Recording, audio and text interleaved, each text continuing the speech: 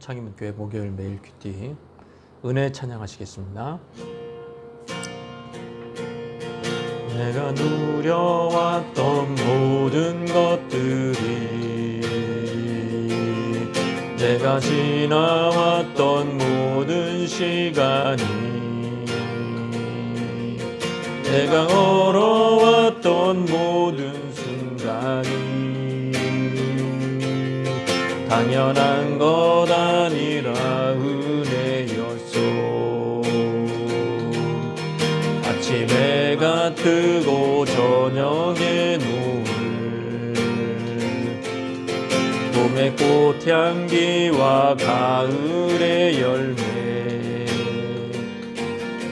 변하는 계절의 모든 순간이 당연한 것 아니라 은혜였소. 모든 것이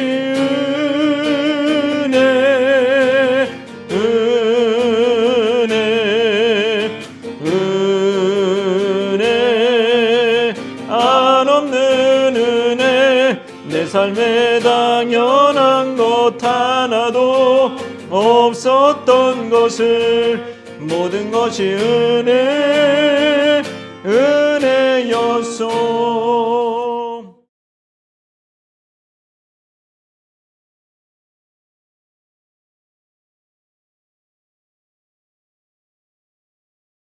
창세기 제1장.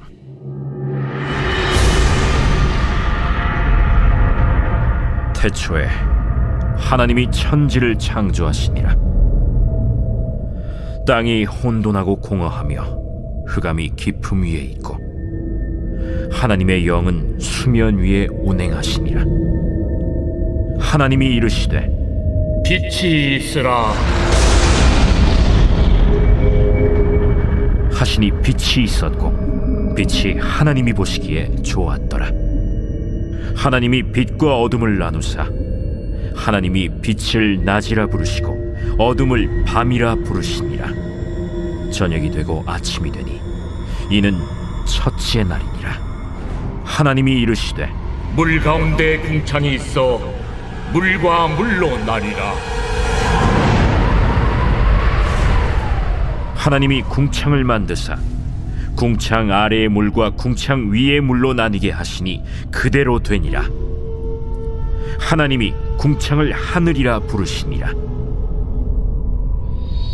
저녁이 되고 아침이 되니 이는 둘째 날이니라. 하나님이 이르시되 천하의 물이 한 곳으로 모이고 묻이 드러나라 하시니 그대로 되니라.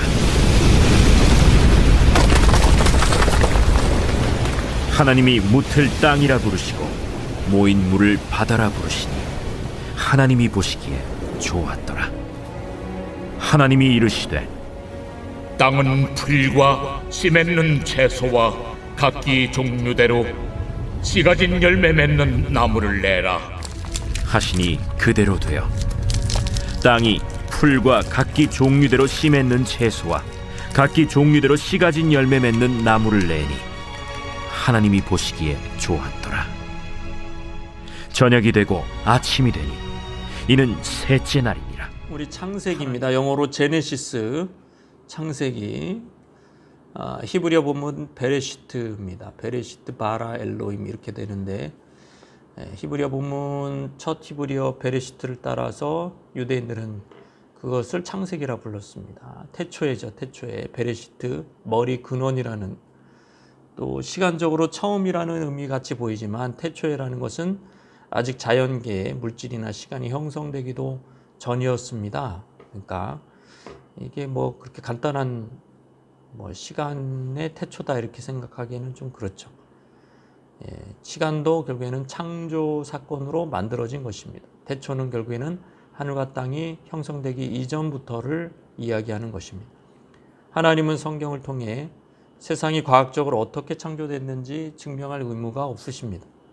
하나님은 그저 창조하셨고 그 피조물을 통해서 자기 신성을 드러내시고 영광을 받으셔야 될 뿐입니다. 창세기 11장까지의 창조 기사를 과학적으로 분석하고 증명하는 것이 성경 기록의 목적이 아닙니다. 성경은 우리로 하여금 믿음을 일으키기 위한 하나님의 선물이지 이렇게 만물이나 인류의 과학적인 어떤 근거를 주는 책은 아닙니다. 1장 1절에 놀라운 말씀이죠. 이것은 모든 인류와 또 존재의 기원이 무엇인지 성경은 이렇게 얘기하고 있습니다. 태초에 하나님이 천지를 창조하시니라. 태초에 하나님이 천지를 창조하시니라. 자연과 인간 만물의 기원에 대한 가장 확실한 답입니다. 히브리어 바라라는 창조하시니다라는 이 히브리어는 인간에게 붙이지 않습니다. 무에서 유로 창조하시는 하나님께 속한 말입니다. 땅이 혼돈하고 공허하며 흑암이 깊음 위에 있고 하나님의 영은 수면 위에 운행하시니라. 혼돈하고 공허하다. 이것도 이제 혼돈이라는 것은 목적이나 형체가 없는 상태, 무질서를 얘기하는 거죠. 공허하다는 것은 생명력이나 효력이 없는 텅 빈 상태를 보여줍니다. 여기 하나님의 창조사역은 혼돈에서 질서로, 공허에서 충만으로, 흑암에서 빛으로 변화시키는 역사다. 그렇게 볼 수가 있습니다. 깊음은 파도가 물결치는 깊은 바다를 의미하고 하나님의 영은 수면 위에 운행하셨습니다. 하나님이 여기서 운행한다는 거, 하나님의 영이 운행한다는 거 중요한데 하나님의 영이라는 것은 히브리어 루하흐, 하나님의 호흡, 숨결이죠. 이 성령의 역사, 성령께서 확실하게 창조하실 때 개입하시고 운행하시니라의 히브리어는 마치 독수리가 새끼를 보호하듯이 돌보다라는 알을 품어서 그 생명을 자라게 하듯이 하나님의 영이 수면 위에 이렇게 운행하시면서 생명력을 부여하시는, 생명을 부여하시는 그러한 움직임을 볼 수가 있습니다. 그러니까 여기에 이미 삼위일체 하나님이 다 역사하시는 거예요. 성부 하나님, 성령 하나님, 그리고 하나님이 이르시되 그러잖아요. 말씀, 로고스인 예수 그리스도, 성자 하나님이 다 동역하시는 겁니다. 하나님이 이르시되 빛이 있으라 하시니 빛이 있었고 그 빛이 하나님이 보시기에 좋았더라. 이 3절의 빛은 자연계에서 존재하고 관찰되는 빛이 아닙니다. 왜냐하면 넷째 날 하나님 해달별 광명체를 따로 지으셨기 때문에. 그래서 유대인 문헌에는 유대 문헌에는 빛을 하나님의 찬란한 영광과 그분의 임재에서 비롯된 것이다 해석했는데요. 왜냐하면 이제 계시록에도 보면은 이제 해가 필요 없잖아요. 새 하늘과 새 땅, 새 예루살렘에서 하나님이 그 자체의 영광이 해를 대신해 버립니다. 하나님의 임재가. 그런 면에서 빛이 있으라라는 것이 자연빛은 아니고 뭔가 하나님의 임재와 연관된 빛이다. 바울은 이걸 복음의 빛으로 이해했죠. 그렇게 이제 이 빛은 하나님 보시기에 좋았다라고 말하고 이게 보시기에 좋았다라는 이 토부 히브리어로 굿입니다. 굿. 하나님 보시기에 좋다. 하나님 보시기에 참 이렇게 즐겁다. 충분히 좋다. 이 말이 7번이나 사용되었습니다. 4절 하반절에 보시면 하나님이 빛과 어둠을 나누셨습니다. 빛과 어둠을 나누는 것도 하나님의 창조 사역입니다. 나눈다는 것은 구분하는 것이, 구분하는 것도 창조 사역에 속하는 것이죠. 구분을 했기 때문에 이게 서로 섞이지 않습니다. 빛은 빛이고 어둠은 어둠인 것이죠. 빛도 아니고 어둠도 아니고 어둠 간에 난 중간이 좋습니다. 그런 게 없어요. 지금 빛이 아니면 어둠에 속한 거예요. 구별 짓는 것도 창조 사역에 속한 것입니다. 빛과 어둠, 낮과 밤, 궁창 위의 물과 아래의 물, 바다와 땅, 남자와 여자, 구별 지어야 할 것을 구별 짓는 것이 창조주의 질서입니다. 창조의 질서입니다. 남자인지 여자인지 구별이 안 돼. 이거는 창조의 질서에서 어긋나는 것이죠. 우리는 빛과 어둠을 동시에 선택할 수가 없습니다. 그래서 믿지 않는 자와 멍에를 함께하지 말라 그러잖아요. 의와 불법이 어찌 함께하겠으며 빛과 어둠이 어찌 사귀냐.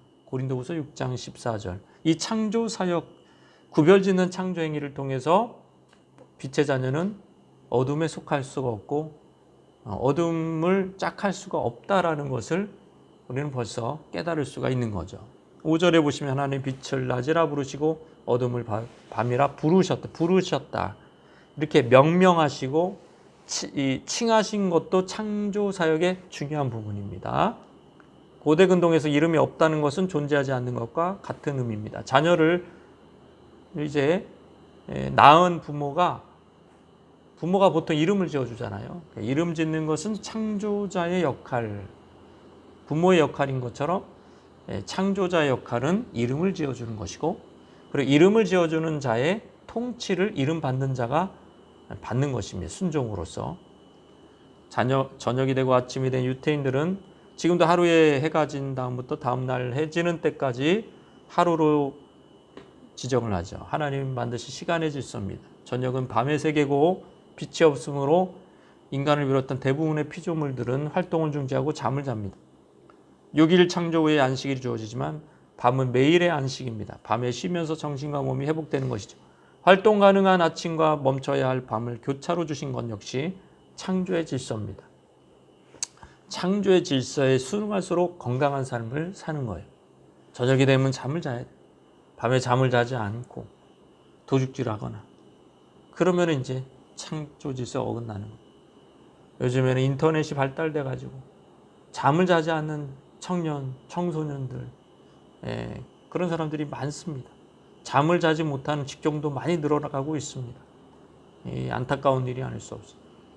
자, 이게 창조의 패턴을 이제 알 수가 있어요. 1절부터 이렇게 5절까지, 3절에서 5절까지 보면 선포가 있었어요. 먼저 하나님이 이르시되, 두 번째 명령이 있으면 무엇이 있으라, 무엇이 되라.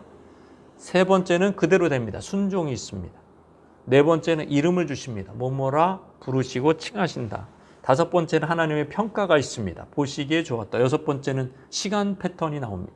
저녁이 되고 아침이 되니.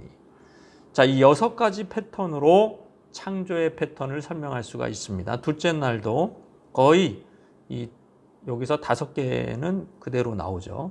하나님이 이르시되 물 가운데 궁창이 있어 물가물로 나뉘라 하십니다. 이 궁창이라는 거, 이 라키아라는 히브리어라는 것은 천막 같은 것을 펼치다 그러는, 하늘을 펼치니까 대장장이가 쇠를 망치로 두들겨 가지고 쫙 펴는 것이죠. 차양을 펴듯이 펴는 겁니다. 단단하게 펴는 거예요. 자, 이게 궁창의 의미입니다.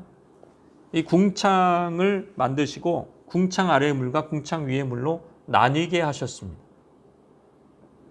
나누는 것도 창조의 일이라 그랬잖아요. 8절에 보면 궁창을 스카이, 하늘로라고 부릅니다. 하늘이라고 부르십니다. 저녁이 되고 아침이 되니 이는 둘째 날이니. 하나님 보시기에 좋았더라는 창조 어구만 빠지고 다 패턴이 그대로 나와 있습니다. 궁창을 하늘이라 불렀다. 하늘은 신학적인 의미, 성경신학적 의미는 하나님이 보좌가 계시고 하나님이 이 땅을 다스리시는 곳입니다. 하나님, 하늘이라는 모든 공간은 사실은 그래서 이제 예배의 처소가 되는 거죠. 태초의 인간은 끝이 안 보이는 하늘을 바라보면서 하나님의 통치를 찬양했을 것입니다. 그러나 타락한 인간은 하늘에서 다스리는 하나님을 찬양하기는커녕 하늘에 이렇게 붙어 보이는 이런 성신을 예배했습니다.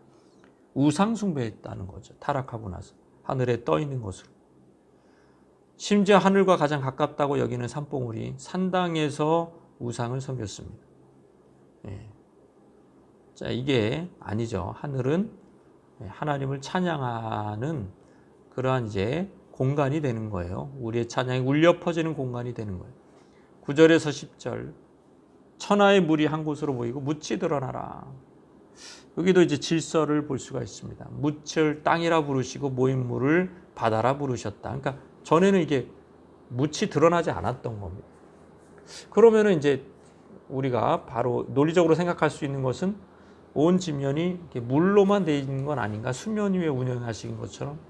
어쨌든 이 셋째 날에는 묻이 드러나고 거기에 식물이 덮도록 하나님이 명령하셨습니다. 풀과 씨 맺는 채소와 각기 종류대로 씨 가진 열매 맺는 나무를 내라.